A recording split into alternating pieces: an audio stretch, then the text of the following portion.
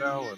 I like Ironworx because it's where everybody knows your name, and they're always glad you came. I love Ironworx with Josh, Walt and Zach.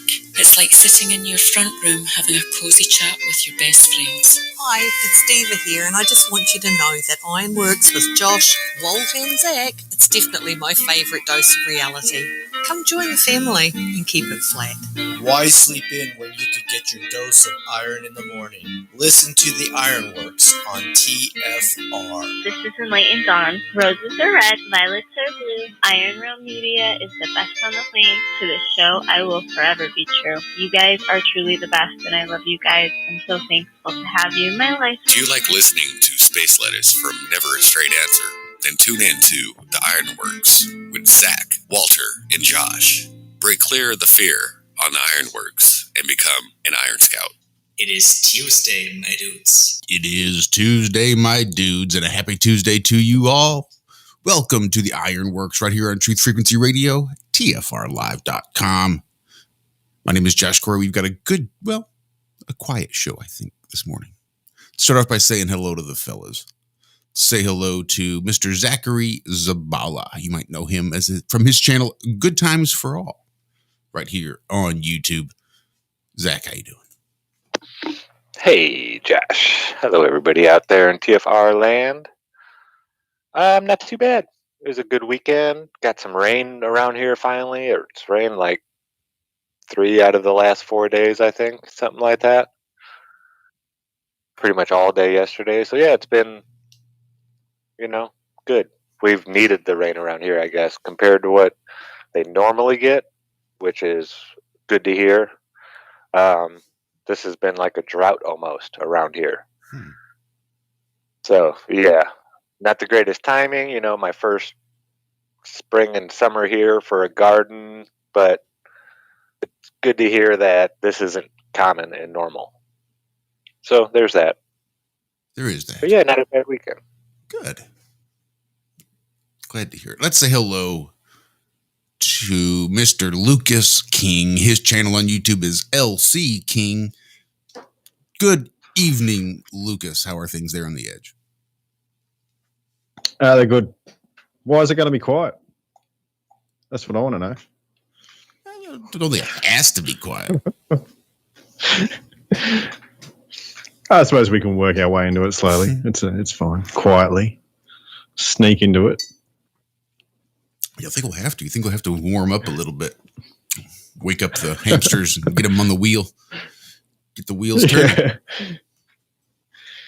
Yeah, well, I hope everyone out there is good. I've just been dodging the weather.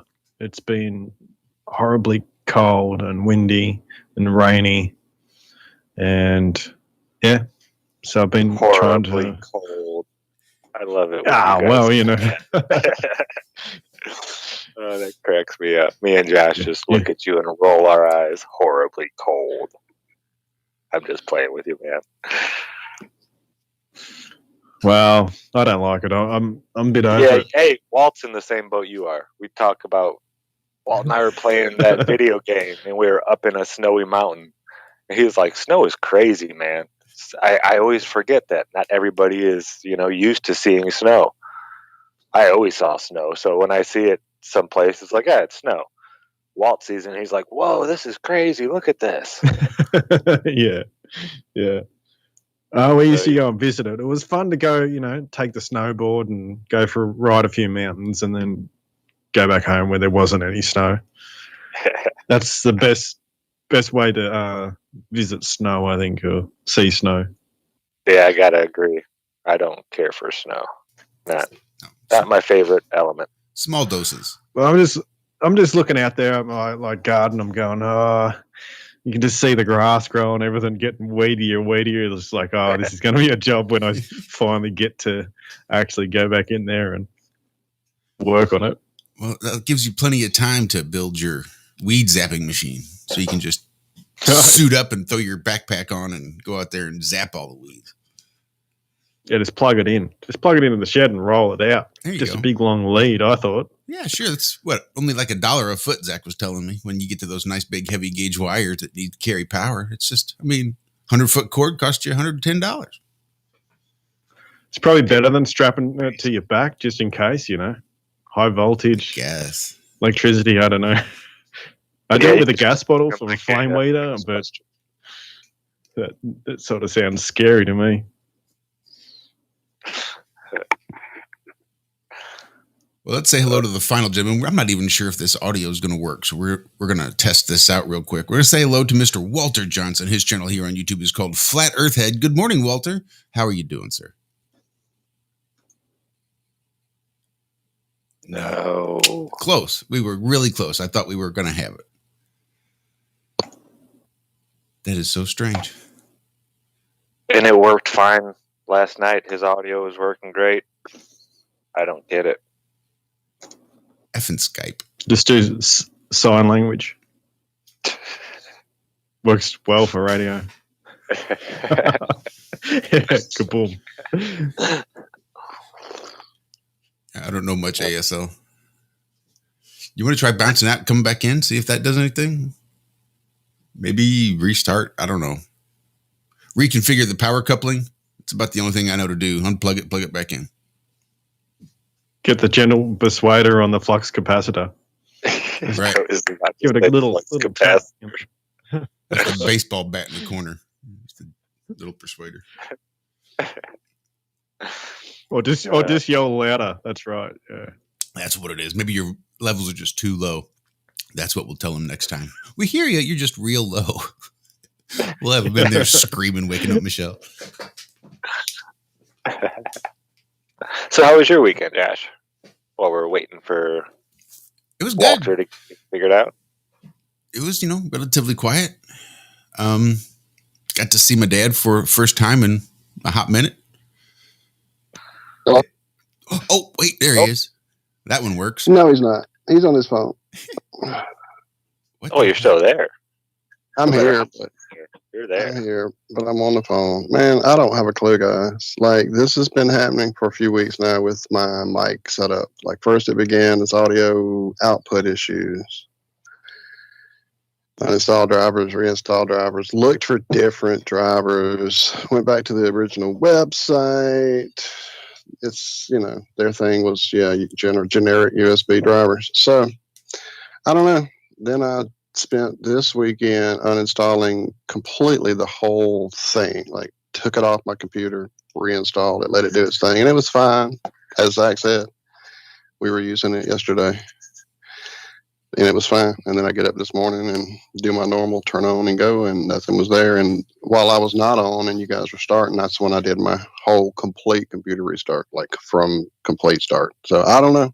It looks like it may have finally bitten the dust, because now it shows me a little line of your mic has problems, choose another one, restart, So there is something definitely, even the system is picking up on now that something's going on with it. So I don't know. It could just be the fact that Microsoft is in a transition period with their trying to go from 10 to 11. So they've kind of let the drivers fuck up and haven't patched or fixed that. I don't know, because it was working fine with those same drivers for all the years I've had this set up. And now suddenly those are what keep giving me the problem is those versions of those drivers. And if there's somebody technically more proficient out there that knows about audio drivers than some other version of them that might help me, let me know for sure. Because I like the only ones I know of is that ASIO for All as a sort of substitute. I may try it then. Substitute driver. It's not too bad. For some things, it just depends if you can. Yeah, I can help with that later if you want. We'll play with it later. Yeah, I'm here as well as I can be. So, RH in chat we'll see how this works. RH in chat says, when all else fails, just chuck it on the ground. Oh, trust me, I feel that right now. When I saw that, a song came into my head. Have you guys ever heard of James McMurtry? Yeah. No. He wrote a song called, I think it's him, If I Had a Rocket Launcher. Yeah, that came into mind when I just heard you talking about the computer, Walt. Just the pain and anguish in your voice. Said Walt needs a rocket launcher. He'd feel better. But without a doubt, not a bad song. He just talks about if he had a rocket launcher, all those sons of bitches would pay. Yeah. Not really a funny song either. It's not like, hey, this is a funny song. I have a rocket launcher. He's like serious, talking about if I had a rocket launcher. Yeah.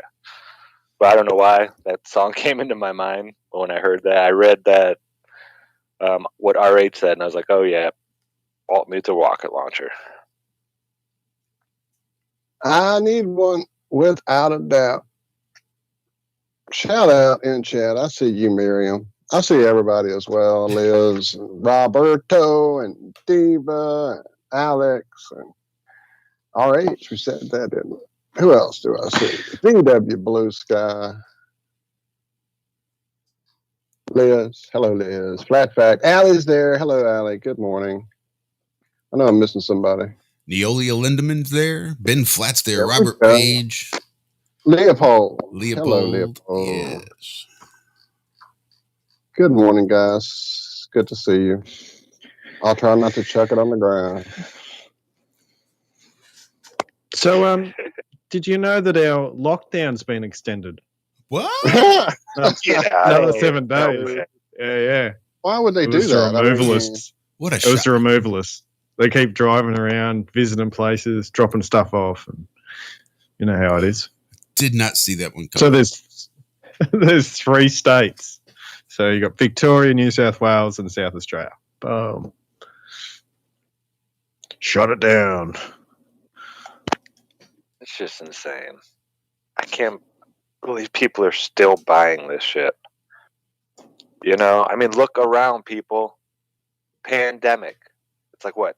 Usually means about 10% of the population is in perilous danger. When there's a pandemic, there should be, that's like 1 out of 10 people you know should have died.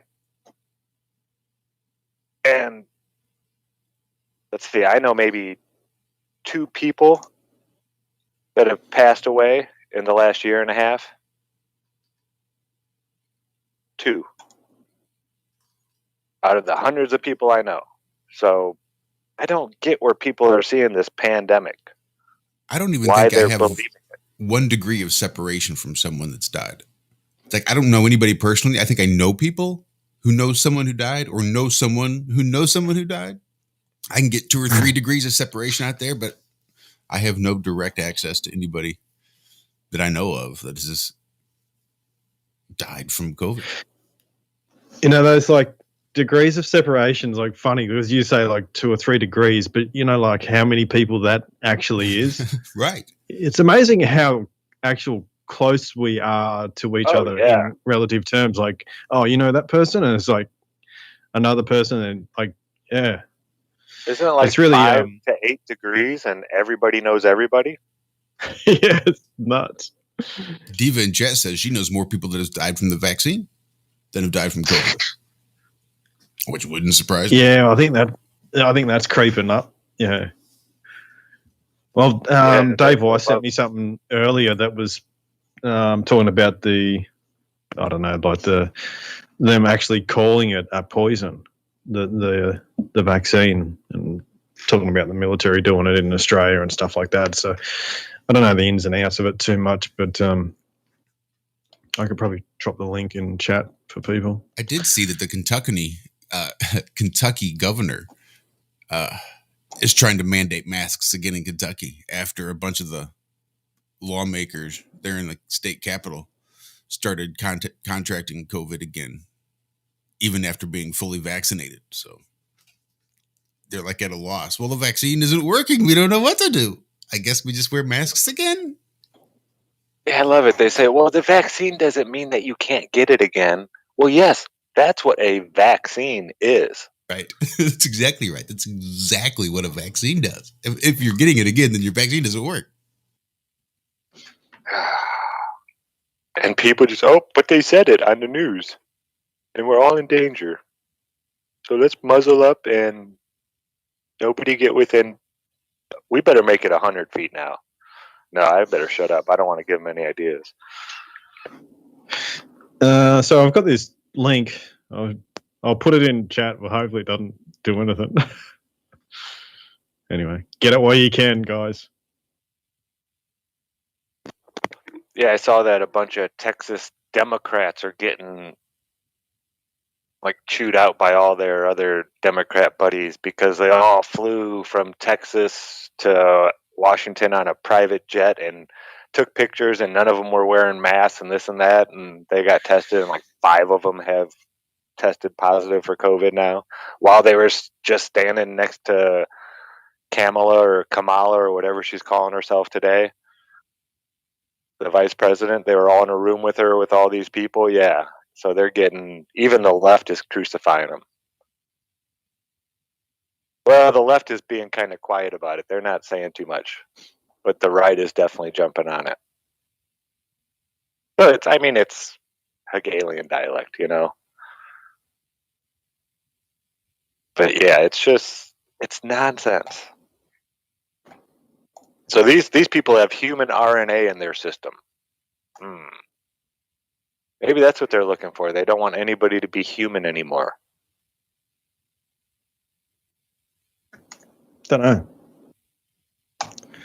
I think it's just a pinnacle of, where things were heading, health-wise, or talking about this, the sickness. Yeah, it's just crazy that people buy it. They see it on the idiot box and, it must be true. This person I've never met before, have no idea, who or what they are or what they really believe or stand for, but they're on the TV. So I better listen to them, right? I mean, come on. Well, they wouldn't be on TV if they weren't better and smarter than all the rest of us people.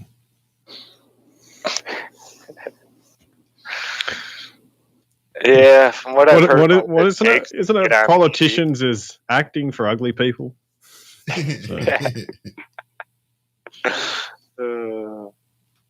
good. I like that. Acting for ugly people. It's fucking true, though, isn't it? I thought that's what podcasting was.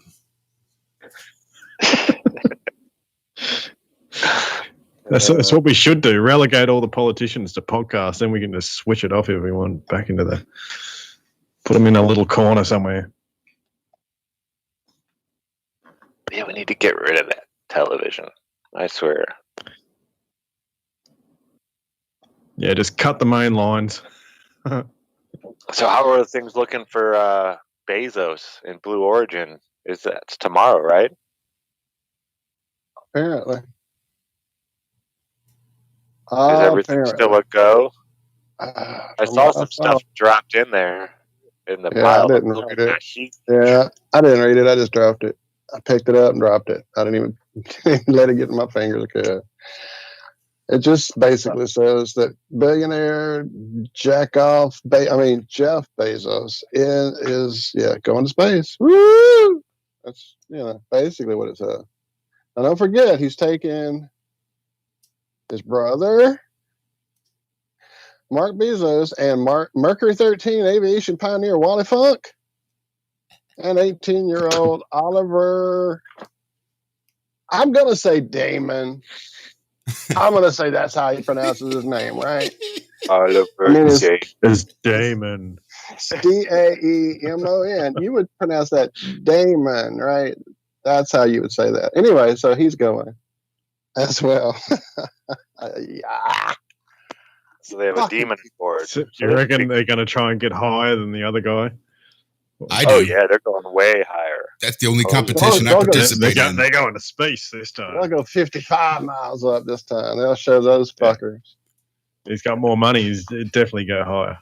Yeah.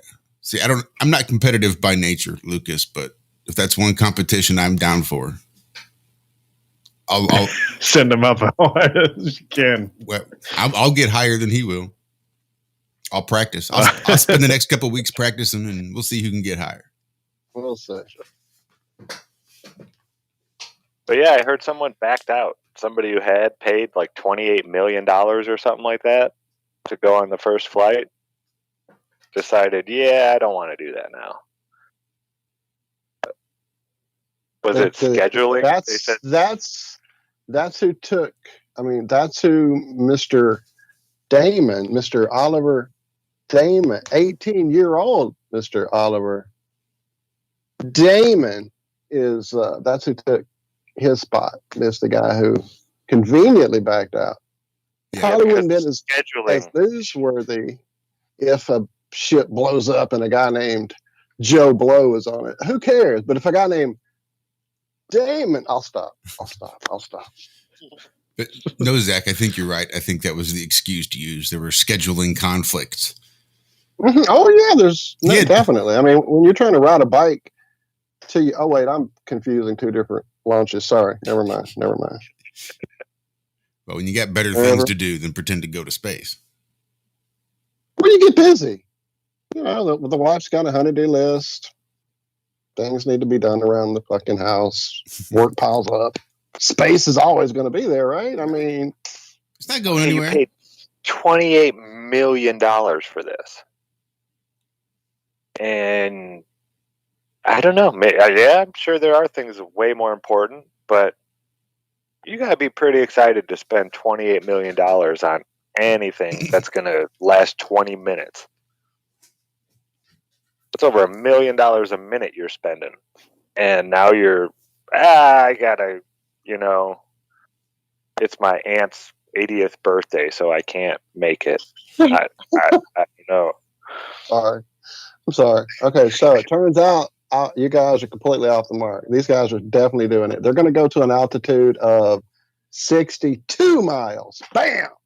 Bam! Boom! Motherfucker.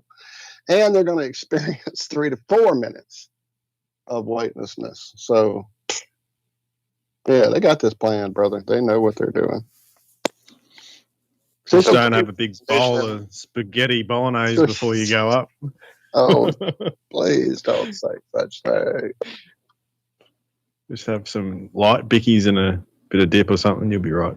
Oh, wait. They're currently hanging out at Astronaut Village, where they are undergoing 14, count them, 14 hours of pre-flight training over 2 days of preparation for space flight. Damn. Is this in Kazakhstan? I don't know where good old Astronaut Village is. I'm guessing it's over there in Texas, right? Where they're launching from? Or is that where they're picking them up? I know Texas is involved in it because I saw a story come through where Texas was proud of something. Yeah, Van Horn, Texas. That's where Launch Site 1 currently is being projected. I mean, it's where they built it. It's not a screen or green screen projection. I'm sorry. It's built. It's really there. That's where it's at in Texas, yes. Well, it's not just a hobby, Walter. It's a lifestyle. If I was living in a place called Astronaut Village, I guess it would be my lifestyle. So, and when you're going to endure the intensive, full 14 hours of training, you've got to have it takes a village. You need to have a village. Full village. And you do need those 14 days. I mean, you have to prepare your body for those 17 Gs of force that's going to be applied to it as you go up. 14 hours. It's 2 days. 2 days. 14. Well, 2 7-hour days. 14 hours. You know. You have to have the recuperation. 17 Gs, 14 hours. It's 7 hours a day. I mean, you need to have the recoup time. Because I'm sure that's an intense 7 hours each day for 2 days. I can see them all walking around with their little pamphlets, getting a tour of the place. They'll sit in something. I bet it's like 45 minutes of actual training, like what military guys go through. We see the military guys. These people are going into space and they're not wearing any types of suits. Now when these military guys go, 60,000 feet up, just 60,000 feet up, they have to have special pressurized suits that the G-forces don't make them pass out, so the blood gets constricted and it cuts off blood from going into their limbs, and they have to control their breathing. And go watch some of these G-force training videos. They've only had like 14 years of training. That's all. Yeah. they really haven't stuffed in the 14 hours of intensive astronaut training. Yeah, 7 to 9 G's, and people pass out like that, like nothing. If you don't know what you're doing, if you don't have it down to control your body to keep the blood where it's supposed to be so your brain can function, you pass out. And even, pilots that have been doing it for a long time still pass out sometimes. Now, and that's just at 7 to 9 G's. Now let's double that and throw an amateur in there. That's like throwing, I was talking about boxing earlier, that's like throwing some amateur up against, one of the best in the world. And people buy it. I don't know. It's crazy. You do have to remember they have flown 15 test flights. Uncrewed. There weren't really people on them or anything, but they did do 15 whole test flights. So what do they need they did pilots for? Sorry, guys, we got a break right now. I'm assuming. Oh, we're goodness. actually on TFR? I had no clue. That was a thing. Although I will say we had no commercials Bumper at the music? beginning of the show, and we had no bumper music on either side of the break so far. It's a struggle, Josh. You forget the struggle. It is real. It's a real struggle. Well, I may struggle to pretend that there's actual breaks going on, so then I'll mute up. I should mute up. No, I'm not gonna. I figure we just roll on through. Sweet. I'm down for it. Yeah, I don't hear anything.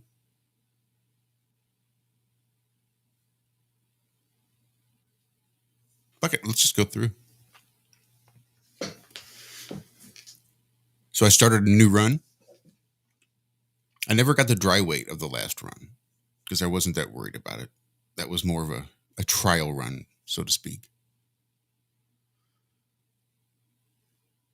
But I got some of that Jägermeister. So I think that's going to hopefully turn out good. I got the girls transplanted last night. Should have been done over the weekend, but I reconfigured the room and added another bit of square footage to it since I had the lights for it. So I can easily flower 12 5-gallon pots. And wow. I can veg a lot more than that, probably 20. So you look into those super plants and maybe not have as many plants because they do take up more space, but you get so much more. So just look into it. I definitely will. I had to modify the buckets a little bit this time, and I drilled some holes right at the very top lip all the way around. So I'm going to try my hand at some training techniques on these two plants and see if I can't get them a little bigger, get them a little bushier, get them a little more productive than that last run, which wasn't a whole lot. Yeah, you can do it. The main thing is to just get it to where light is hitting more of the colas. Instead of just having the light hitting one cola on top, if you spread the plant out a little bit, each one of those buds will become a cola itself. Yeah, I've got maybe one more node, and then I'll go ahead and top it. And then once it recovers from that topping, I'll probably go ahead and... I'm definitely going to time down. I'm debating whether I want to even try what they call it, super cropping, where you're going to bend them and like break the tissue inside the plant, but leave that outer tissue intact. Sort of like when you break your bone and your body has to heal it and it comes back stronger. But when you do that to the plant, it creates like this big knuckle. And what it does is all those capillaries then inside that knuckle, in and around where you broke that stem on the inside, the capillaries are much larger. So now it's uptaking the nutrients and everything much faster. So you do it and you just massage it and break it and bend it and let it heal itself and pull itself back upright and create those knuckles and those larger capillaries. And that's just, I think they call that super cropping. And sounds really interesting. But I don't know if I'm super. Super, absolutely. I just don't know if I'm ready to try it yet. Yeah, maybe on one. I remember watching this organic farmer be so mean to his plants. Like you said, breaking them and knuckling them and stuff like that. And I thought he was sitting there killing his plants. I thought he was mad at them or something. I didn't know. But yeah, you can manhandle these things. And as long as you know what you're doing, the plant may look like it's dead for the next few days, or dying at least. You know, leaves will fall off. It may even fall over a little bit. But day 4 to 7, that thing gets like twice as thick of a stem, and leaves start popping out all over it. It's amazing. It's almost like running it over with a lawnmower. You know, will make the plant stronger. You cut it, and it's almost like every other herb. If you cut it in the right spot, it branches, and now your plant's bigger. So yeah, there's so many ways to. Well, and see, that's just weird. Bonsai trees are more like the walking trees. Right. Go ahead, Walter. Didn't mean to interrupt. Yeah, I'm struggling here with the phone and the mute, so just talk, dude. I can't find it when I need it, and then when I unmute it, I'm already stepping on people, so just go. I give up. I was just going to say that the bonsai trees are actually more like the walking trees, because it's not like you're bending trees and training them to grow in a certain way. You're sort of forcing them to grow in a different way. You're trimming it, and you're growing it towards the light source, and you're doing all these other things. So it's not like an immediate thing. You're not forcing the direction. You are adjusting the environment to encourage the direction. So a bonsai tree might take 20 years before it even starts to look like an actual like a bonsai tree, because you've got to cut and trim and shape it to get it to go in the direction that you want it to eventually grow. But none of your results are immediate. But they also restrict it. That's what all the wiring wrapped around the branches are restricting its growth, aren't they? I don't know. Yeah, those are kind of like leads for it to, like the new growth will kind of follow along those. They might even wrap the new growth around them. Yeah, I have a book on pruning shrubs, trees, and bushes, and they teach you, you know, when you clip it, because most branches will have like a bud on the top, a bud on the side, a bud on the bottom, all along the stem somewhere. They grow off in all different angles.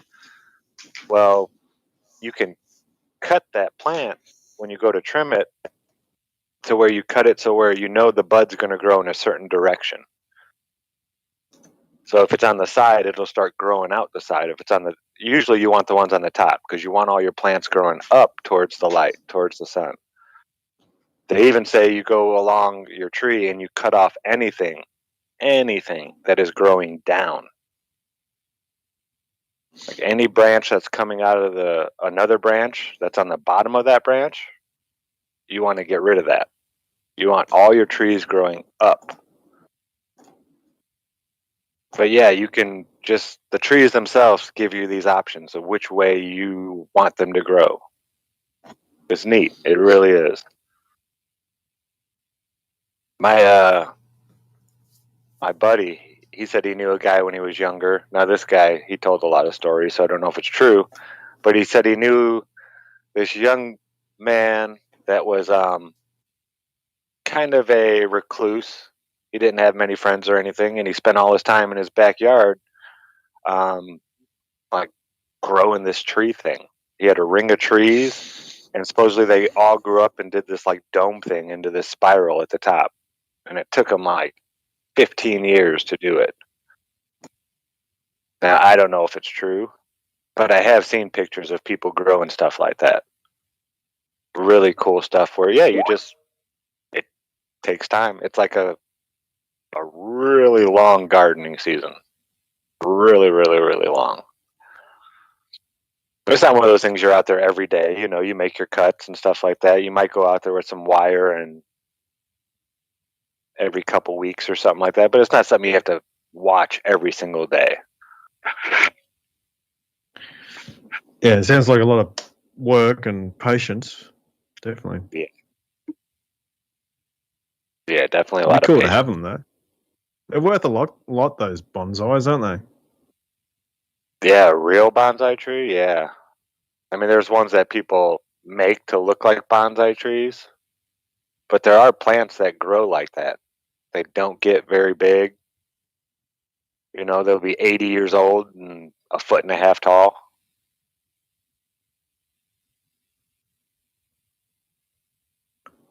Wasn't there like a show on David Attenborough where there was like these cats and they were just really small because of the amount of sort of nutrition, I guess, that was around? It's like Small World. Ever seen that? No. No.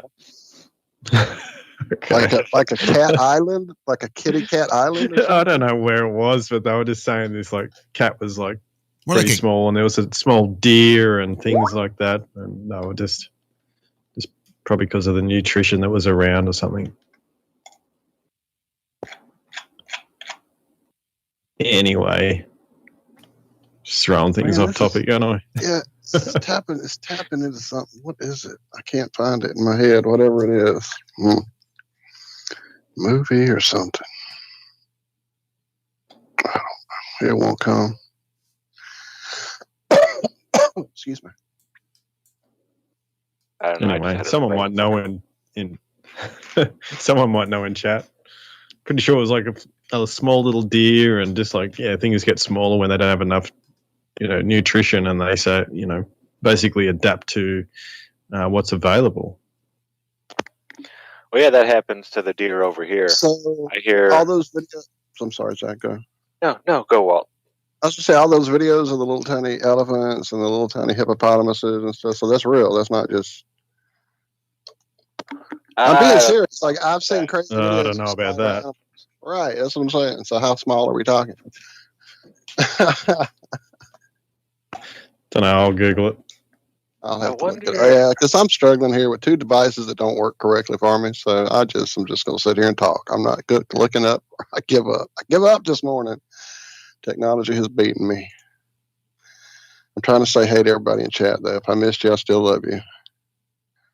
I know the deer down here compared to the deer up in the northern states, Illinois, Indiana, Wisconsin, where it's mainly corn and soybeans grown everywhere. The deer up there get 300 pounds easy. Like it's nothing, Seeing a 300-pound deer is, I mean, I know people who have, after it was field dressed, female does 330 pounds after it's been field dressed. So, I mean, they get huge up there, just monster deer. But you come down here and like 180 pounds is a good sized deer down here because they don't have the food source and this and that. Now they don't get, I don't think they're so much, smaller in stature, like shorter, and they might be. But yeah, the white-tailed deer up north get humongous because they have all the food. There's just food everywhere, and they don't, they're always eating. Where down here, there aren't nearly as many farm fields and stuff like that, so they're more living off the forest and stuff like that. So yeah, I could see how that could have an effect, especially over years and years and years and years. You might get some changes in size of the same species. Yeah, I definitely think it's a thing. Just haven't found anything yet, but the little I'm 8 pretty inch sure it's a thing. elephant, I don't. No. Yeah, I can't buy that. Like the old guys back in the day, they had the flea circus. A little Ferris wheel and a little trapeze that sit there and swing by themselves. But he's telling you, no, there's little fleas on there doing all that stuff. Yeah, got to look harder. Yeah, I trained it myself. Believe me. All right, so apparently we were actually on a commercial break on TFR. So I feel kind Did we talk through it? Right through it, which I said was a possibility. A possibility, right. So apologies. I will be better. You see, when something when a mistake is made on the show, we make an effort to address it and correct it immediately. We don't want it to just sit there and be a problem for other people. Just stay and not be fit and like kind of bleed into other things and just kind of escalate, actually, almost. Like, is that kind of what you mean? Right. Well, I'm just, just while you're swim not in laps much, or do whatever it is I do on my off time. Do other stuff with other things. You get sidetracked, though. People get sidetracked with their other endeavors, That's true, but I definitely want to make more of an effort and correct my mistake immediately. Address it, admit it, and correct it. And get on it. That's right. I like that. I like that as a life policy. I'm going to see if I can work on that myself. The elevator's broken, Walter. I got to use the steps. Step 1. Admit there is a problem. Go, Walt. No, I said shout out to that flat fella at Tommy giving us the early morning glasses, much needed this morning, because I can't see shit. Did I see a message, by the way? You did. Here, stand by. Hold on. There's a message. I think I got this queued up. I'm hoping. I thought a message. People always talk to me about when I was young, when I was running up and down the buildings, getting the pigeons for all these drug dealers. I mean, these guys are article bad you people. posted a little while ago, Walt. Say hello to the brilliant, crowded starscape in NASA's new Hubble share. I can't go past that one. They're saying they're looking at stuff, and I'm pretty sure it's 35,000 light years. Yeah, that's all. There was one. 35,000 light years. So it was like, I sent this to a friend, and I said, this is what we're dealing with. We're dealing with something that says, we can see something that's 35,000 light years away. It's just obviously ridiculous. I actually tried to convert that to kilometers, and it was too big for my calculator, obviously. I went to something like 17 digits or something. Well, the trick is, if you can look 35,000 light years and focus in on the alien species telescope and focus in through their lenses and on their eyes, you should be able to see back in time. Reflected in their eyeballs. How cool is that? So we had Tommy asked us a while ago who we would most love have call in to the Ironworx. And I don't know if you caught it.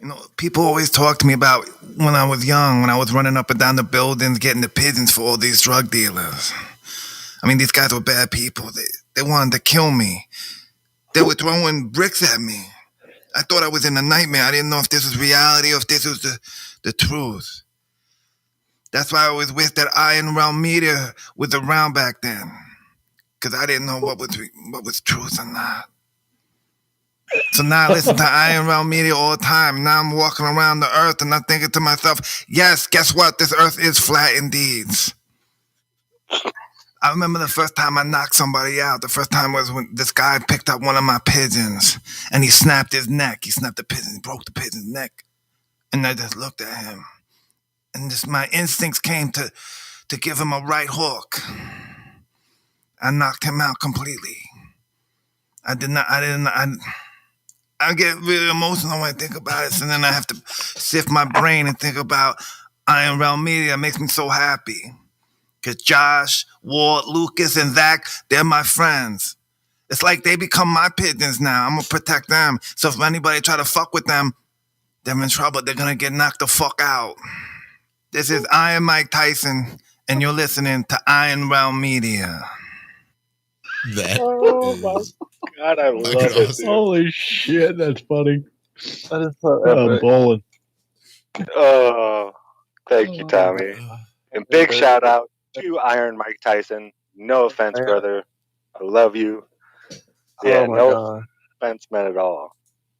Yeah, that was great, dude. Oh, we love you still, Stephen. It's okay. Damn it. Don't I get know. jealous. I would be jealous too, Steve. I mean, you're our person only, bro. Don't be too jealous. Don't be too jealous. Oh, that was so good, Tom. That So was. good. Where do you go from there? We just as soon end it now. All right, good night, everybody. Good night. Good morning. See ya.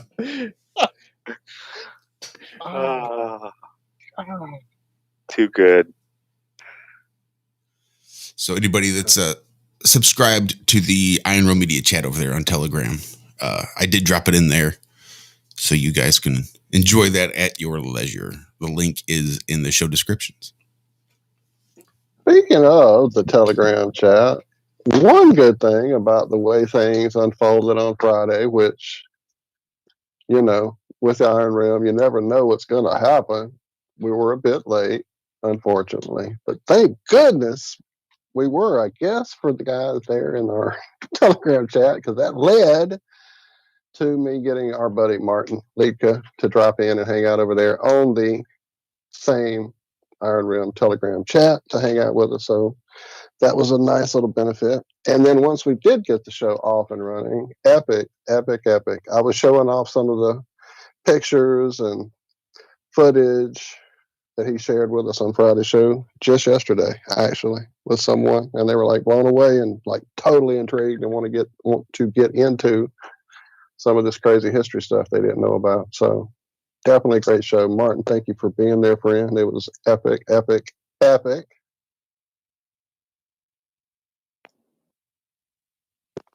was a lot of fun. It seems like it was so long ago. I was just thinking, I was trying to make sure I wasn't talking stupid. Like, that was Friday, right? Yeah. This weekend stretched for me too. Oh, wow. I went looking up. I was telling Martin about on the show Friday, I think. Maybe it might have been pre-show. But in Columbia, South Carolina, the very first governor's mansion. And when you go and try to look it up, they don't even mention it. I think it's called the Milford, maybe, or so. It's got a weird name. It was but I have these pictures. It's a postcard that you unclip one thing of it, and it's like a long string that stretches out, and it's got a bunch of pictures of Columbia. They're like the drawing pictures, though, like a picture that's been turned into a drawing. And one of them was the first governor's mansion. And this looked like Roman columns, like 8 Roman columns with nature that had been taken over it for, 100 years. That's all it was these 8 Roman columns. And they said this was the very first governor of South Carolina's mansion. But you cannot find anything about it. When you type in first governor's mansion, it comes up the governor's mansion that's still around today. It's weird. It's like they're trying to hide this place, but it's a postcard from 1917. And I got to find it. I wanted to send the picture to Martin. But yeah, I could not find anything on it about this structure. Like today, searching through Google, when you look for the very first governor's anything, it comes up to this one that was built in the 18 blah, blah, blah, blah, blah. This one supposedly was destroyed by the Northern troops because it was a Confederate something or other, general or somebody who was the governor and had that mansion, blah, blah, blah, blah, blah. But it looks like it's ancient Roman architecture. Yeah. And I can't even find a picture of the actual building. All I can find are pictures of ruins.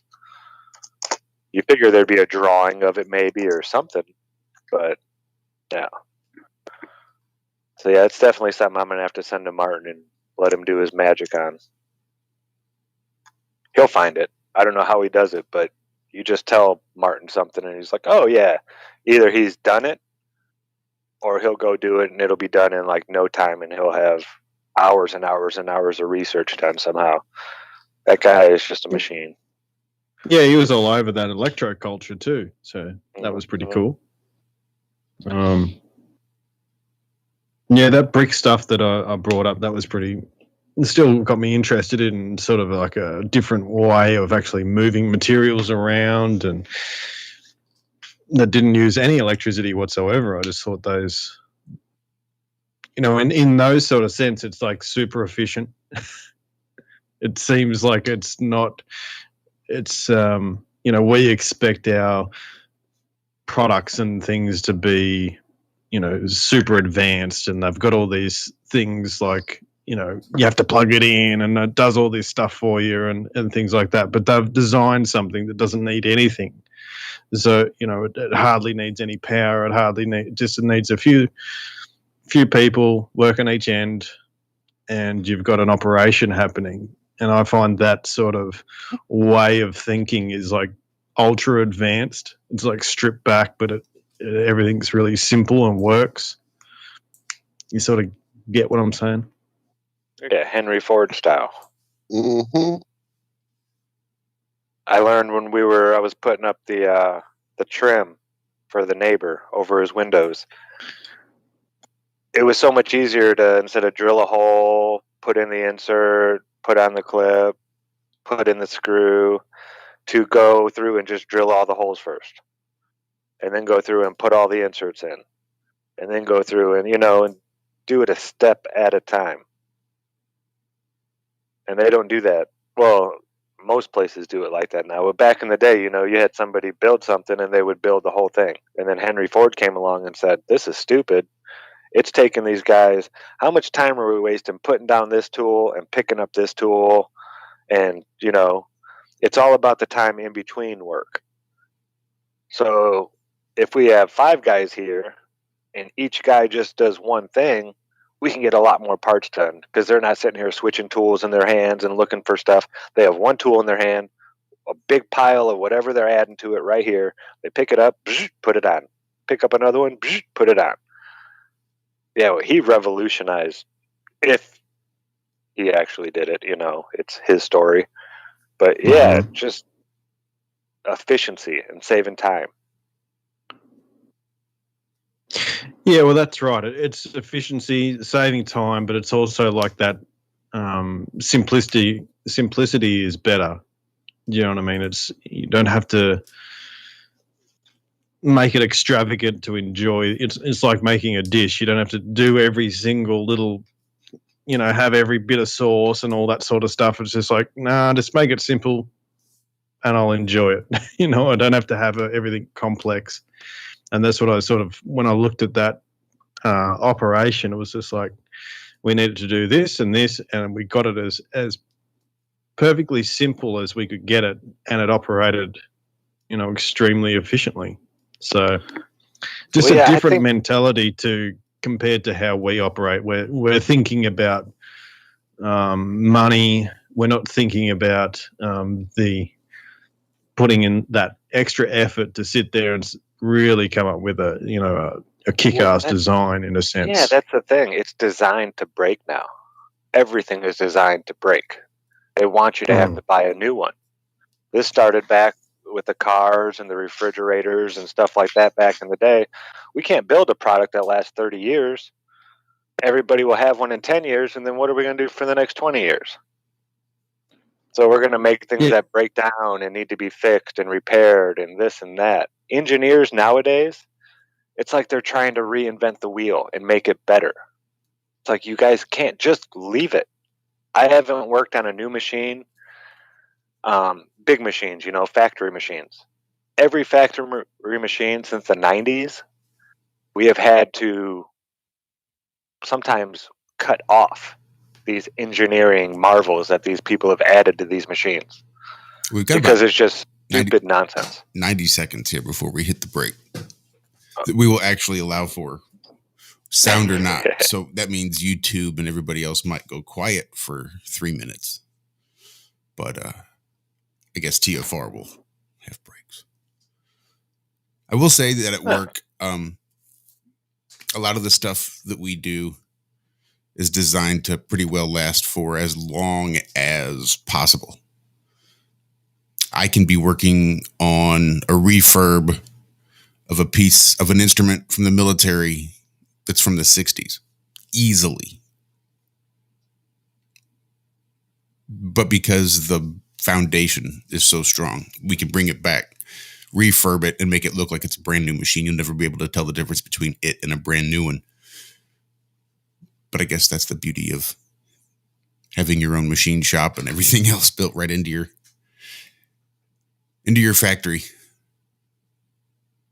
Yeah, for sure. So everybody here on you YouTube, probably have some smart people putting together your place. Yeah, that's true too. They've been at it for a hot minute. And the other thing is, like, you're not working with profit in a sense. You're not trying to make profit out of it. You're just getting given money for that stuff, really, isn't it? Yeah, that's it. All right, we'll be right back. 12 seconds. Okay.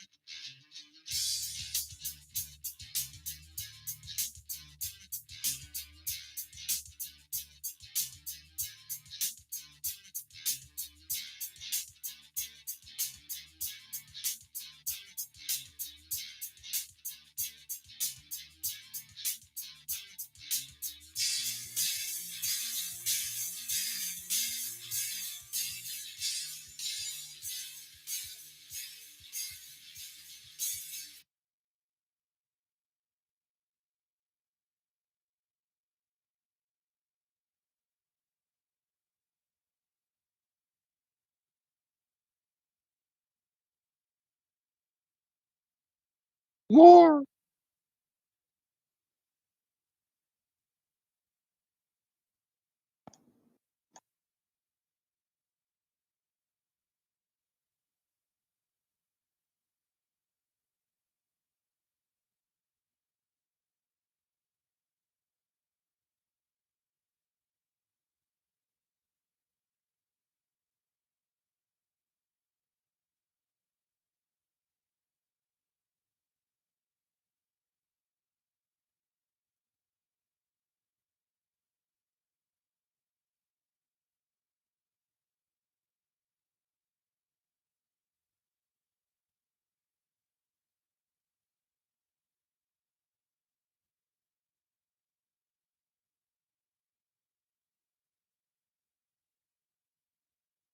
Morning. I'm here. Wake up. Wake up. Wake up. Wake up! What is dark matter? Okay, we don't know. That's great. That's why it's called dark. It's exactly. Wake up! Everyone knows all reputable information comes from random people on the internet. Tell me things, internet. The earth is flat. It's like school in your hand. Dark matter is something we do not know what it is. We believe the dark matter is there, but we have never detected it. Well, I'm afraid of course, there is no dark matter out there. There was one? There is no dark matter out there. We need to think really hard, to think really hard, to think really hard, to think really hard. If you can dodge a wrench, you can dodge a ball. All right, I'll stop. That one didn't play, so I'll just run with it. Welcome back to the Ironworx right here on Truth Frequency Radio, TFRlive.com. We are also broadcasting on YouTube, Twitter, Odyssey, DLive. I think there's a few places out there. We are easy to find, but hard to get to. Just Josh, Walt, Zach, and Luke is hanging out with you this morning. Doing our thing as we do. Listen to Iron Realm Media in a nanosecond, but we've lost the technology, and it's a hard process to rebuild Truth Frequency Radio. And it's too bad, because Iron Realm Media is a wonderful program. Thank you, Don. Don petted everybody. So I want to give a quick shout out to Marty Leeds for his last show was on Jesus and the Mercury Trismegistus. So go and check that out. It was very cool. It goes through some of the stuff that I talk about, which is like that, the Trinity, the balance point, and how it sort of connects. And yeah, he done it in his own little way, and yeah, I thought that was good. So, yep, I'll paste that link right now. Nice. Marty will be at Flattoberfest, October 23rd and 24th in Spartanburg, South Carolina. You can get tickets at flatearthfestivals.com. It's going to be fun. Yeah, I got real stoked when I heard he was going to be there. I've met Marty one time. I believe it was in Denver at the international convention. He had come out from Hawaii. Yeah. But yeah, really cool guy. Real down to earth. What you see on, his live streams, that's Marty. He's not putting on a show or anything like that. Just a really, really, really cool guy. Can't wait to see him again. I believe, is he in Utah, maybe? I'm not sure where he moved to. Oh, Montana. Set up. I know he's somewhere north. Minnesota, Yeah. I think. Or Is it somewhere. Minnesota? I think somewhere near the lakes, I do believe, yeah. Yeah, awesome guy. Oh, man, that's so different than Hawaii. Uh-huh. One extreme to the other. I know there's places in Minnesota that get 300 plus inches of snow a year.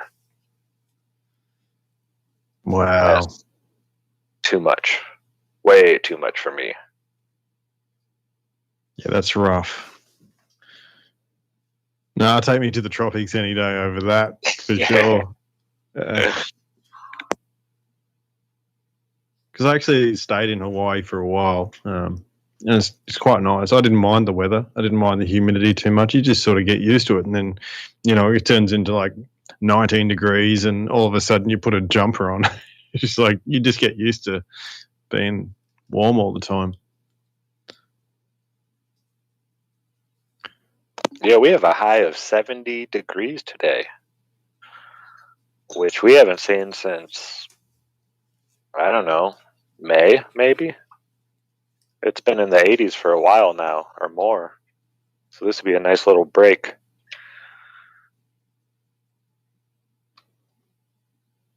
Getting that rain that we need. Sorry, Lucas. No, you're all right. No, it was.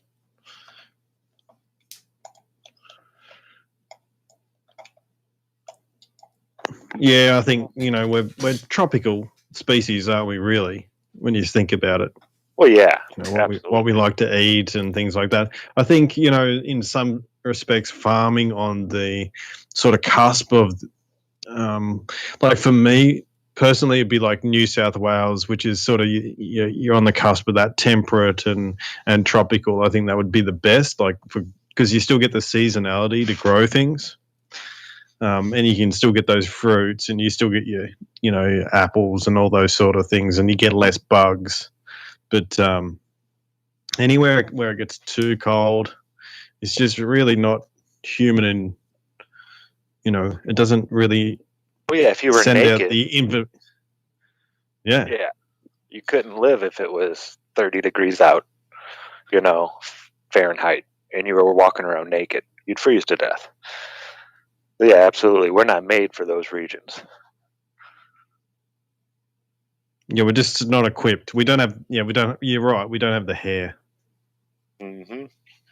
And even like our diet, really, when you think about what we're actually, how we're constructed, we're more like the apes, aren't we? Yeah, they eat fruits and veggies and frugivores, more to the point. But yeah, it's interesting. It makes you wonder. There's this, this idea that we're sort of, migrating out from the north. If that wasn't somewhat the north is perfect.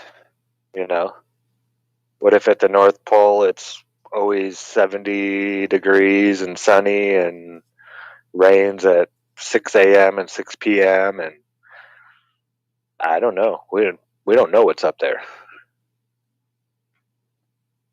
Not right at the point. Yeah. Yeah, I think they're hiding it for a reason. There's something going on there. They don't want. Where's the closest that people live there? I don't know. What would be the closest spot? Is an island, or not an island, but a city in Sweden or Norway. Is way up there, and they're still hundreds of miles from the pole. I know you can't go within like 500. You can't even fly a plane within so many miles of the North Pole. It's like restricted airspace, Russian, blah, blah, blah, blah, blah, something or other. Yeah, right. Okay. So, because I have seen like there's basically, I've seen this map. I don't know, I was searching for it, but it was like you saw all the Russian military and they're just surrounding the North Pole there. I'm just like, what are you protecting up there? You got military bases like every 50, yeah, what are they scared of? It's not the Americans. How many bullets have been fired in the war between Russia and the United States? 0. Supposedly the Russians helped us during the Revolutionary War against the British. Mm-hmm. I never heard that in history. I was always taught the Russians were our enemies. That we have to fear them, that we're in a cold war with them and this and that.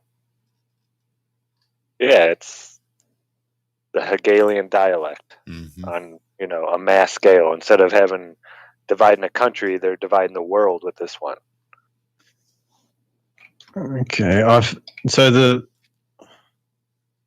close to the North Pole is it's called Longyearbyen. So it says it's 1,300 kilometers away from the Arctic Pole. It's the northernmost city in the world. How close? 1,300 kilometers. 1,300. So is that 800 miles, 700 miles, something like that? Yeah, it's 1.6. Yeah, that's the ratio.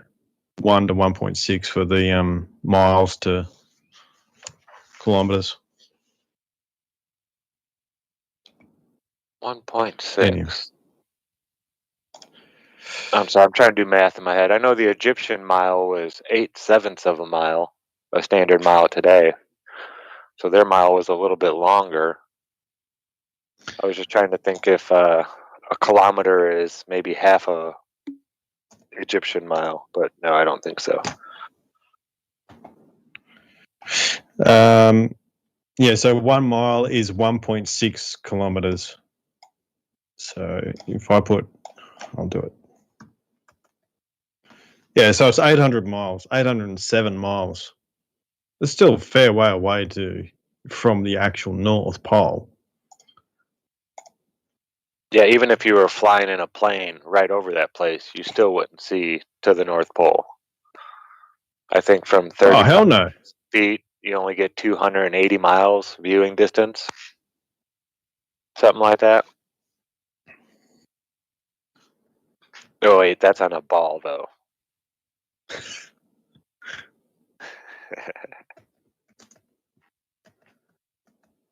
Yeah, there's definitely something going on up there. You ever hear those tales, Lucas, about the fisherman and his father, or the fisherman and his son, who supposedly went further north than most people go to try the fishing up there, and ended up some weird place in the North Pole where it was beautiful and perfect, and like years later, when they went to go leave, he and his father tried leaving, and his father fell off the boat, and he was found like on the southern coast of South America or Africa or something like that. Like he had gone through the earth and came out the bottom. Now it's a story. But it's an old. Yeah, I remember. Didn't John Levi do like a he spoke it?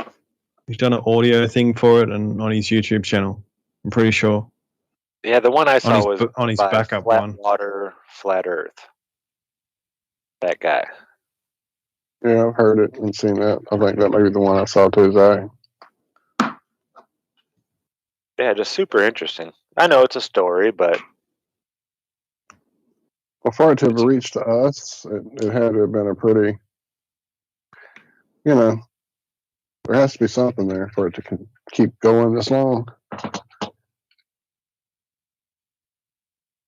You sort of think with like these sort of stories, and like how many stories could be told through, like Hollywood or whatever it is that they actually don't tell, that would actually be interesting and entertaining if it was, something to do with our real world. You know what I mean? yeah, I always loved the movies about the ocean, the deep ocean, and finding stuff down there and this and that. And yeah, I loved all the ones about the stars and space too when I was. But yeah, now that I know that we're not on a spinning ball, like I've never seen Gravity, I've never seen Interstellar, the Mars stuff. I don't watch anything that's supposed to be based on like reality about space. Now, Ice Pirates or The Last Star, the funny space. I'll even watch like when they come out with the new, what's the name of that show? Star Trek. The new Star Trek movies that they're making. I'll even sit down and watch those. But when they use words like NASA and this and that, and yeah, I can't. I can't bring myself to watch that stuff anymore. But yeah, the movies have been fucking Earth. pathetic lately. Well, Tolkien said himself that Lord of the Rings was more historic than anything we've been taught.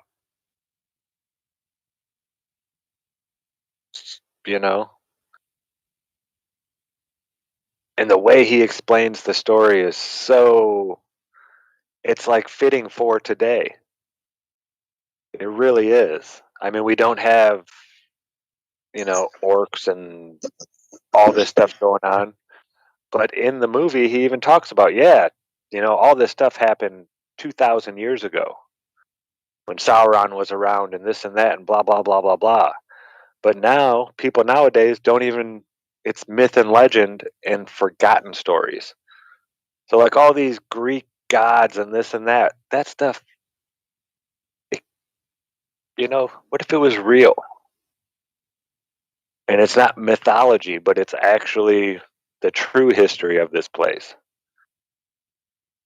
And what we've been taught is just, that story about evolution and this and that and yada, yada, yada. Truth in movies, lies on the news. We all know this. I mean, so it makes you wonder a bit. Makes you wonder about like reincarnation. You know how they have those stories sometimes where people will, remember themselves in a distance, in some past sort of distance town or whatever. That must be sort of maybe not even real, that sort of the reincarnation type stories. I don't know. Because, if they were somewhat legitimate, they'd sort of lead us back to, how'd they put these buildings together, or what did it actually look like, or find something, you know what I mean? God, that'd be amazing, wouldn't it? I lost the thread. I'm sorry. What now, Lucas? What do you, I'm trying to understand. Well, how you've come across where people say they've had stories of being, their reincarnation stories or whatever it is. And I'm posing the question, is that probably not legitimate? It was just a nice fairy tale that people told. I don't know. I'm asking you. Oh, well, I've seen some very, very heavily researched stories.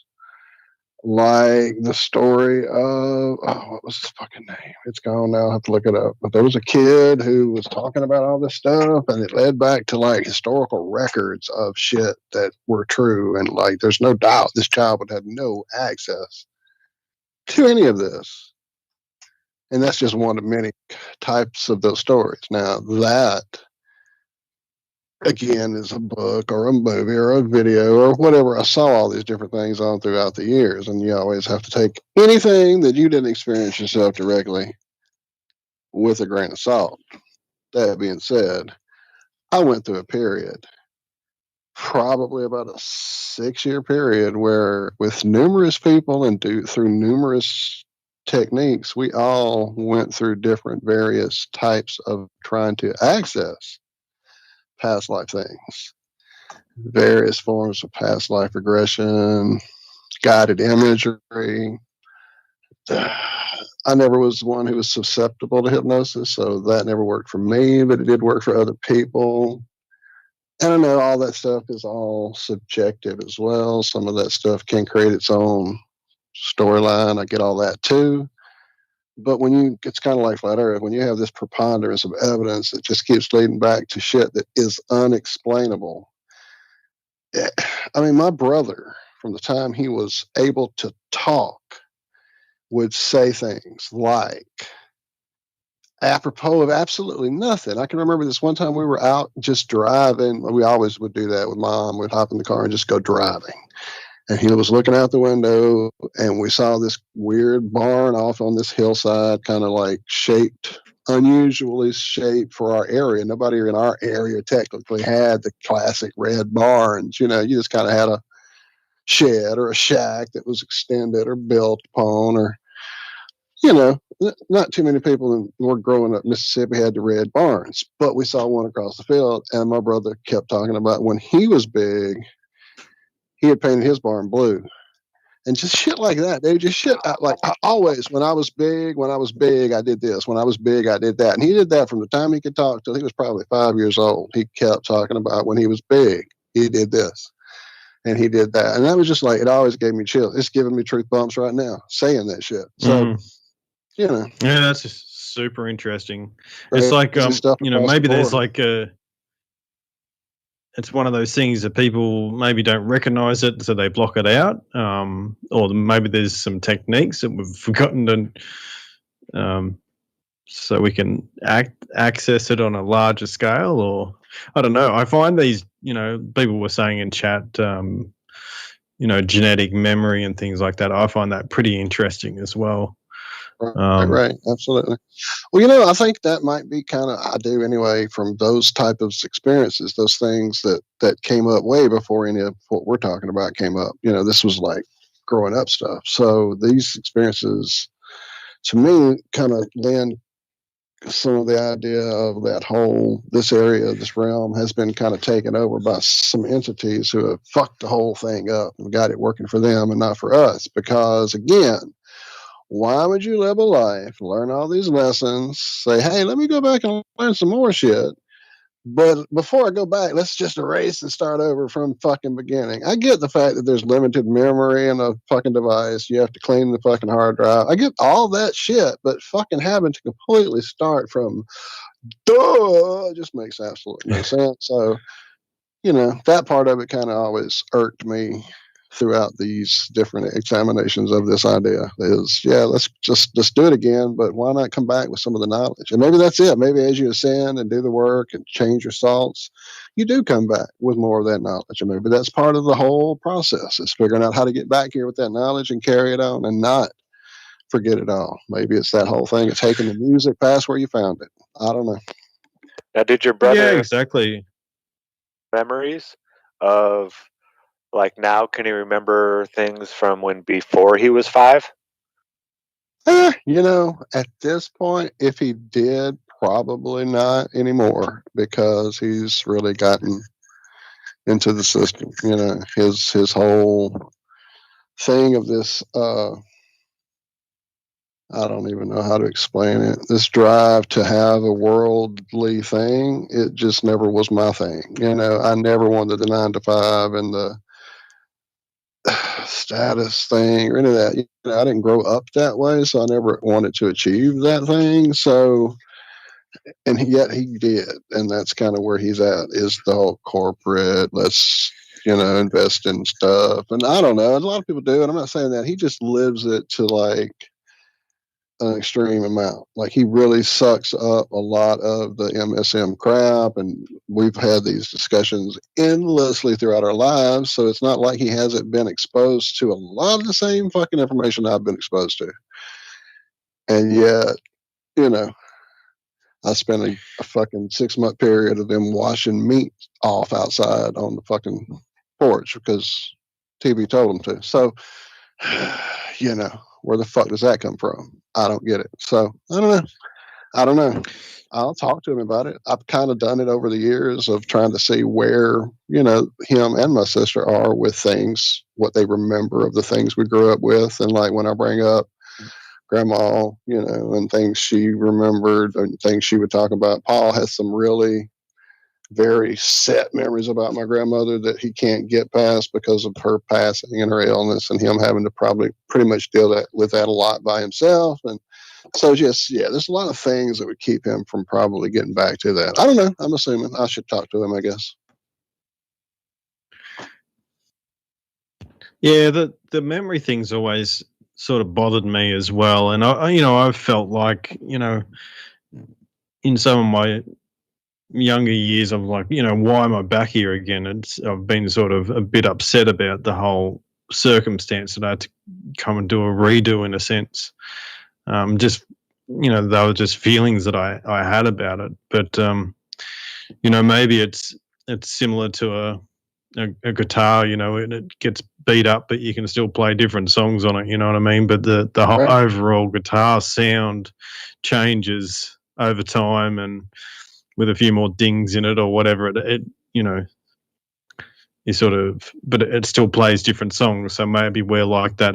We've still got the same guitar. We're just singing a different song, Right. But G-string, shout out, Special K.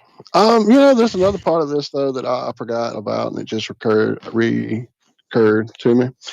Think about this. Okay, so I'm a soul, and I've had all these experiences in this life I just experienced. And I'm gonna take a little while. I'm gonna chill here and wherever this place is because it's really cool and home and feels really good, and I can kind of let my energies recuperate and get ready for this next round of me going back in there and really fucking figuring some more shit out and fucking getting some clues and like really getting to that next level I'm trying to get to.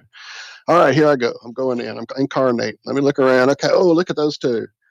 Oh, that's kind of cool. They're cool. They got energy. I like the love they're doing there while they're making love. And okay, I'm going to incarnate with them. Boom, boom. I'm here. Awesome. Okay, 9 months. Love and energy and soft light and soft murmuring sounds and music, perhaps. And all right, here we go. Here we go. I'm coming out. I'm coming out. All right, cool. I'm here. And oh my God, what are they doing to my dick? Ah! You know, so yeah, you might forget a thing or two. Yeah. You might forget a thing or two. Yeah, I bet it's pretty traumatic. It's probably something that you block out almost. So you could have had these past memories, but the trauma of being Someone born in chat just said bumper music when I went and looked, so we must be coming up on a break. 8 seconds we are. Yes. Thank you, chat. You saved us. Love you, Liz. Thanks, Liz. Thanks, Liz. Yeah. We'll be back for the fourth and final right after this. Stick around.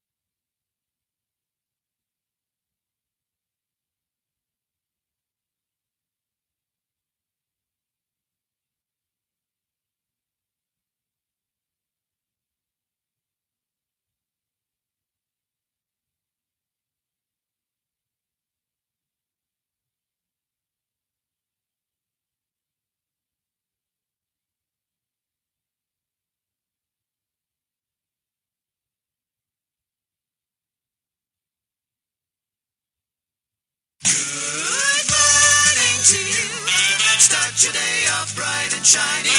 Get above your little hiney and begin your happy day. Father, the sleeper has awakened! Wake up!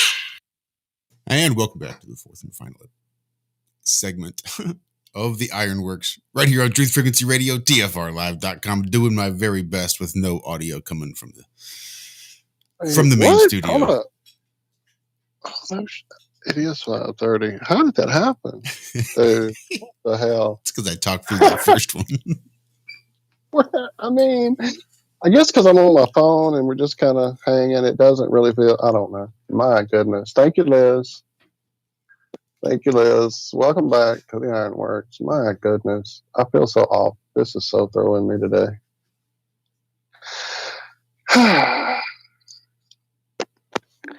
So I guess Rick and Morty made a cameo in Space Jams.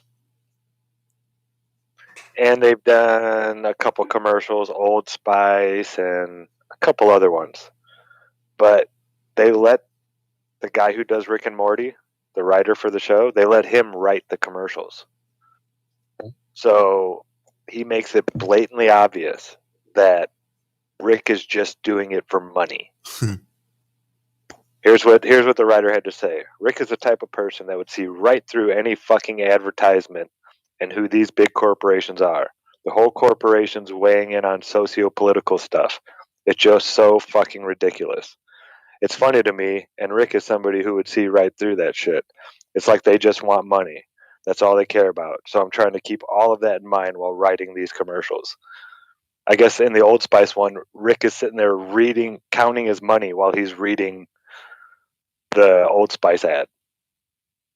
The money that they paid him to do it. So he's making it blatantly obvious that he doesn't promote the product. He's just doing it for money. That's pretty good. I like that. Yeah.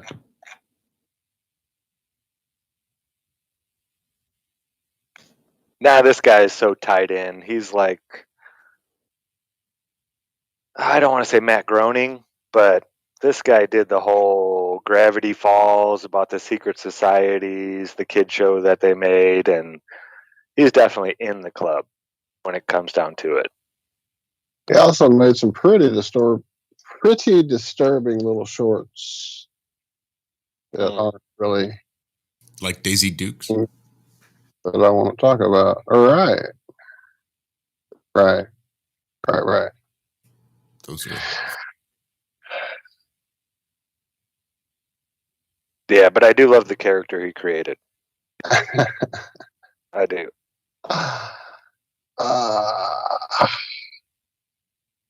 Yeah, Rick he's like somebody that doesn't want to be human, and when he has human emotions, he can't take it. You know, he's either got to be super high or super drunk or always doing something. And if he's not, I mean, what was it, season 2, episode 2, I think, he tried committing suicide. But he passed out right before the little thing went off and killed him. You know, I don't know. Yeah, like, they did a good, they did a good job of actually filling out the character in those episodes. The last ones haven't been, I don't know. Yeah. They haven't been hitting the mark for me. Like, they've just been a bit... Neither. Nah. Lost the mojo. Yeah, they're funny, but it almost seems like they're steering down that politically correct highway. They're not mentioning it in the show so much. They might joke about it a little bit, like when Summer farted and said, "You have to laugh or else you're sexist." You know, stuff like that. But Rick seems like he's got a zipper on his mouth now. That he's more careful about what he says so much. I haven't heard any like real big, whoa, I can't believe he said that this season so far. Like when he said, "What do you want? 9/11 was an inside job and I'm a pickle." You know, that was huge to me. I was like, what? Did he just say that? Well, kind of like with my ex favorite band and one of my ex favorite artists, never lied to us about who they were or what they were about or what they were here to do. If you watch us, and I'm talking about Tool and Maynard, of course, who blatantly told us they sold their soul to the devil to sell records. Period. End of story. There was no ifs, ands, or buts.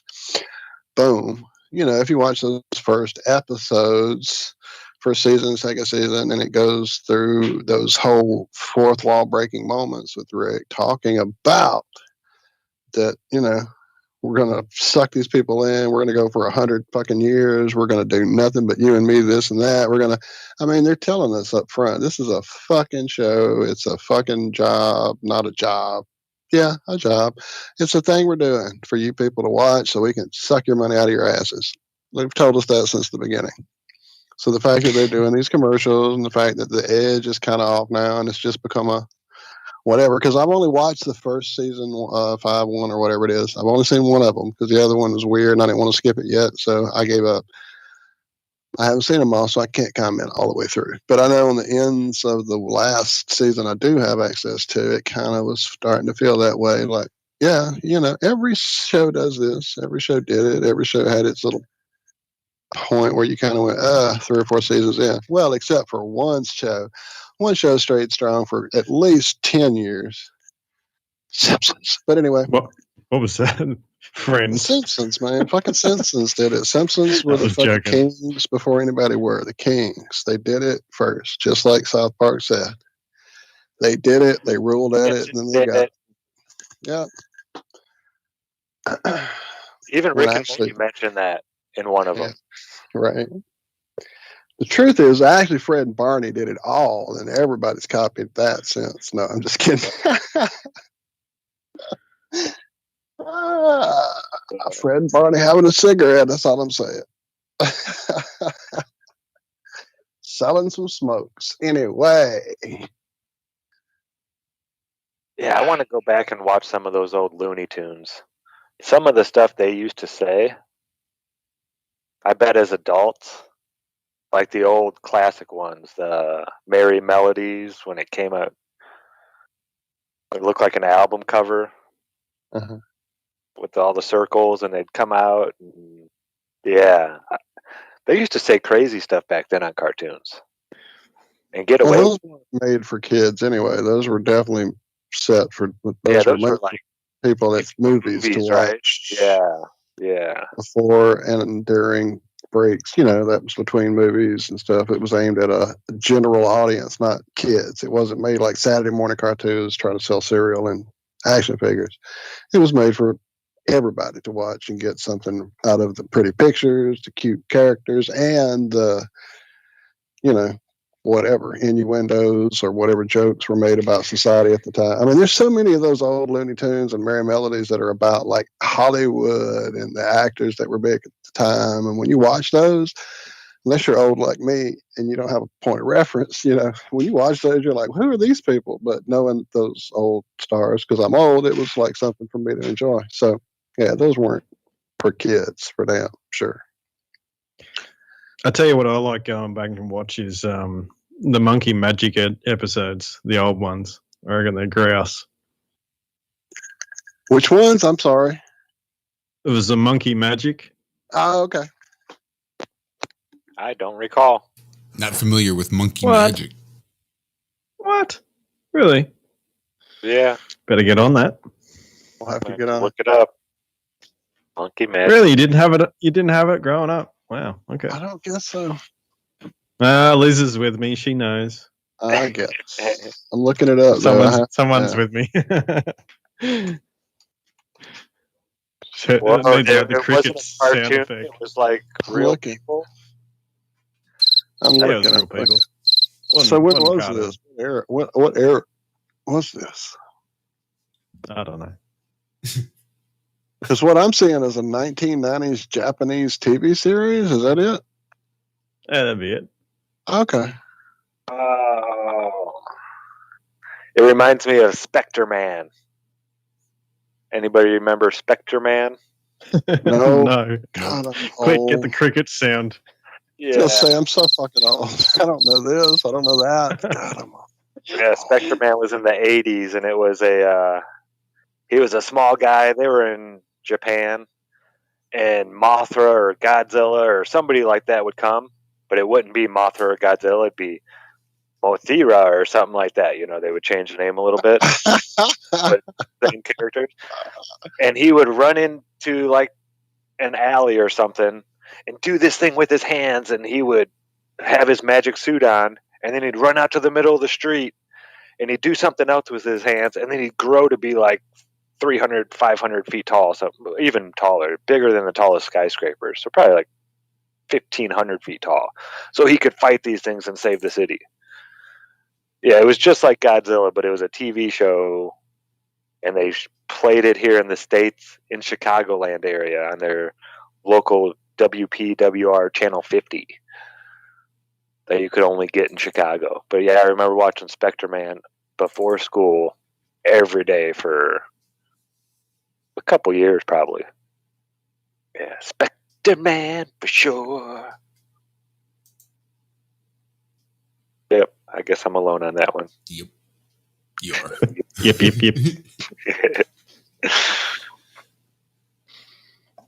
So what else do we have going on in space? The Hubble had something happen, I heard. Something about the computer on it malfunctioned, and now they fixed it somehow. It's seeing 35 million trillion gazillion miles away. I thought, man, it can't be both, can it? Maybe that's when they did this, it made it even better than it's ever been somehow. Oh, because when you put something in safe mode, it always does work better. You're right. I don't know what I was thinking about. Wait, are we doing space letters? I would think it seems we are. Okay, I was just making sure. Let's just round it out. It's to see the first photos from the Hubble Space Telescope after a major computer malfunction. I see that. You're correct. Rejoice, Hubble fans, apparently. Yeah. So I'm going back to the other story. Let's go say hello to Crowded Space and see when this happened. Let's all do a little research. So this story came out on July 17th of 2021. It's when the story about the globular cluster that's 35,000 light years from Earth came out on the 17th of July. What's today? The 20th? Okay. I'm just checking. And so this story you're telling us, Zach, came out when? 11 hours ago. Okay, so these two images of some strange galaxy, the first views of the revived space telescope, Hubble Space Telescope, taken on, wait for it, July 17th, 2021. That was a quick fix. Quick fix. I'm sure it took them months to stitch together to assemble, to incredibly detailedly make a picture of the space they did on the other story. I'm sure that took months, so that's probably an old picture. It's got to be it, right? They're not lying to us at all. No. I'm down the article a ways. How big is the Milky Way in light years across? Bigger than the Three Musketeers, I think. Now, or is the Three Musketeers fluffier? Yeah, no, it's the nougat that really gets it, I think. Gets it. Mm-hmm. Nougat always does. Nougat always just wins. makes it seem bigger. Nougat wins. So it's saying the arm extends out to a radius, the picture that they took, of 163,000 light years, making it 3 times more expansive than our Milky Way galaxy. But the last I remember hearing, the Milky Way galaxy was 100,000 light years across. Am I remembering that wrong? The universe is expanding, Zach. I don't think you're taking that into account. That's a while ago, yeah. You got the red shift, you got the blue shift, you've got Purple in between. There you Sometimes. go. See, right.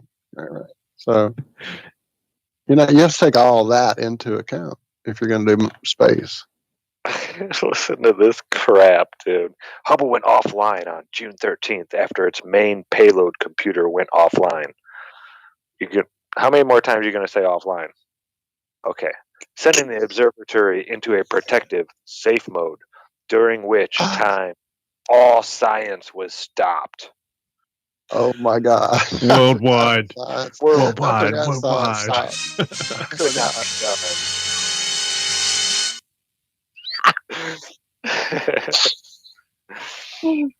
Oh, so they were able to fix it by switching to a backup computer. Really? That's how you couldn't have done that like right away? Switch to the backup computer? You have to turn it off and turn it back on again first.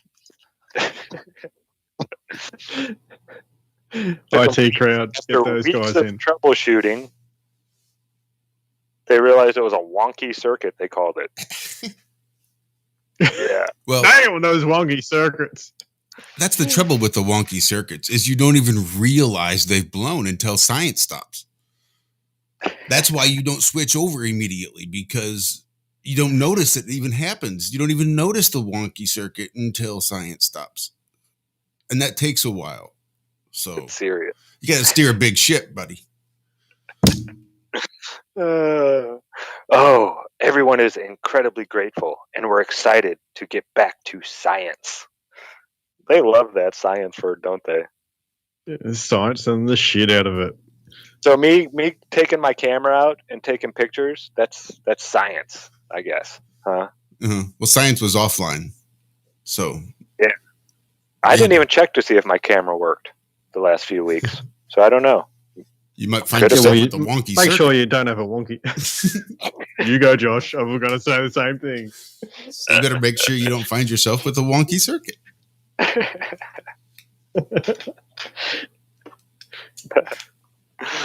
Oh, I love it. I'm sure Tesla was dealing with this. He's like, God, I wish this free energy device would only work other than this wonky circuit. This wonky circuit. Silly wonky circuits. And Zach, you'll know on that P900 when the wonky circuit pops up. Just because the camera won't work right.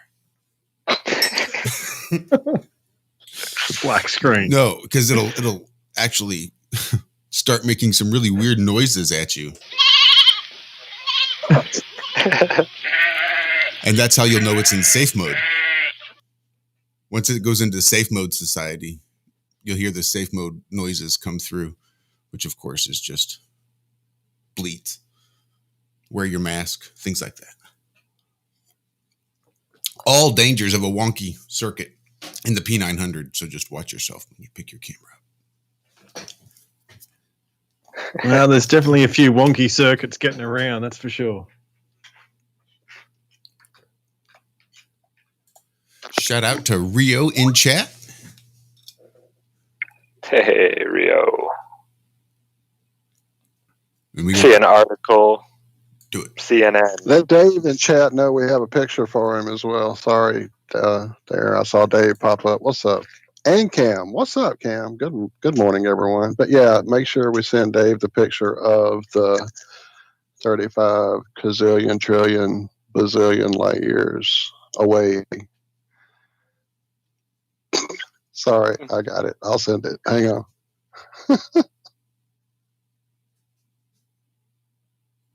And I shared a song there in chat. Wow, they are ripping Bezos on the Daily Beast. This was sent to me.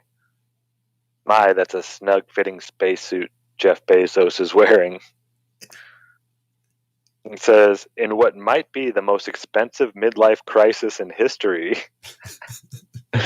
Amazon founder Jeff Bezos heads to space this week. Wow. Instead of using his mind-boggling, record-breaking wealth to fix or at least alleviate the compounding crises on Earth, the 57-year-old oligarch has decided to don a cute blue suit and shoot himself into the atmosphere to cause more problems up there. Wow, I can't believe they're just ripping into him like this. Bezos says it feels good to be in the flight suit. And the guy says, I'd wager it's even better to spend his $200 billion fortune ending hunger in his home country. But sure. Wow, this is crazy. They're just ripping into Bezos. And that is from the Daily Beast, I guess. I'll drop this in chat. This is a kind of a fun read, I guess.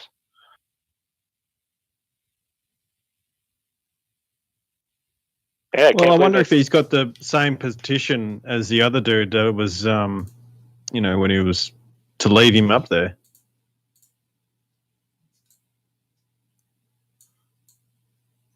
I definitely think that should be started as well. Send him to space and leave him up there. I think I signed it. Did you sign it? I'd be curious if he's going to ignore it. What kind of commie bastard would ignore the will of the people? Is he eating the Mona Lisa before or after he gets back from space? If he was smart, he would do it at the same time and put it on TikTok. What? Oh, with that TikTok or what? I almost can't anymore. Well, you don't have to too much longer. We got about, 4 minutes? What, then all this bullshit they're feeding us is going to stop? Because that won't stop in 4 minutes. That's just going to keep rolling over us in waves. Well, if we blow up Hubble, apparently science will stop. So well, that's just silly talk. Prank caller.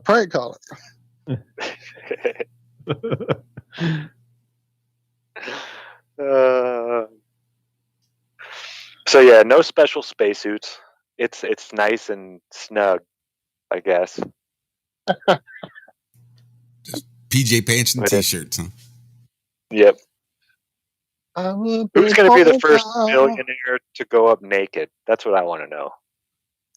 That would be Penn Jillette. He did it in the vomit comic. Or who will be the first 63-mile high clubber? If that one's already been done. I'm sure there's a 250-mile high club there on the ISS. Probably so. Or you could say 30 feet below, whatever. How deep is the pool? It's pretty deep. I think it's been upgraded though, hasn't it? So it's all the way. Goes all the way. Yeah. Right to the bottom. Yeah, Kevlar, you can't get a good ab workout in 4 minutes. 7. Snow White and the 7 Dwarfs. 7 little chipmunks sitting on a branch. Step into my office.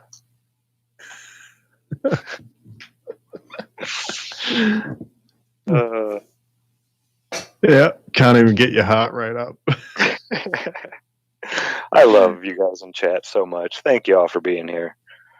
It makes it so much fun. I mean, we'd probably all be hanging out. It might be a different hour. We probably wouldn't do it before Josh has to go to work and this early, but yeah, thank you guys so much for being here. I love y'all.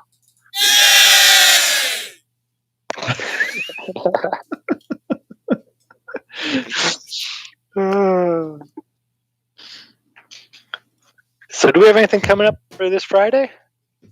Any guests lined up or anything like that I'm not aware of? You never know. Crickets? You never know. Yeah, let's see what we can do for you folks. Yeah, if you didn't catch last Friday's show, it was awesome. He's just Martin. I mean, there's not much more to say about him. If you don't know who he is, then you need to crawl out from underneath that rock. And yeah, go watch the show from Friday. It was that guy. Seems like every time I watch him, I just feel dumber for all the stuff I didn't notice. You know, he can look at a picture and see things that I don't even. Well, I'm starting to notice now. I'm getting my eyes for it, but he sees things I don't see. Without a doubt. Without a doubt. Oh, man. Well, we've almost ate this one up, guys.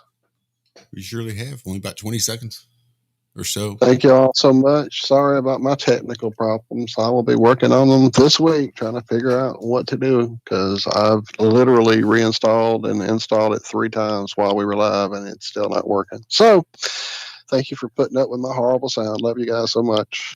Actually, sound really good for what it's worth. I may have a new way to go then. I just solved all my problems. Me and a phone. You got the wonky circuit out of it, yeah. All right, then. Well, we'll go ahead and wrap it up. So be sure you tune right back in here on Friday morning, 4 a.m. to 6 a.m. Central for another exciting episode of the Ironworx right here on truthfrequencyradio.com, TFRlive.com. We're also on YouTube, Twitter, Facebook, maybe Facebook still. I don't know. We're around Odyssey, DLive. You can kind of see up there on the screen a couple places that we are. Anyway, we will see you guys later. Have yourselves a great rest of the week. Be good. Be well. We love you. Bye-bye. Inconceivable! Inconceivable! Inconceivable! Inconceivable! Inconceivable! Inconceivable! Inconceivable!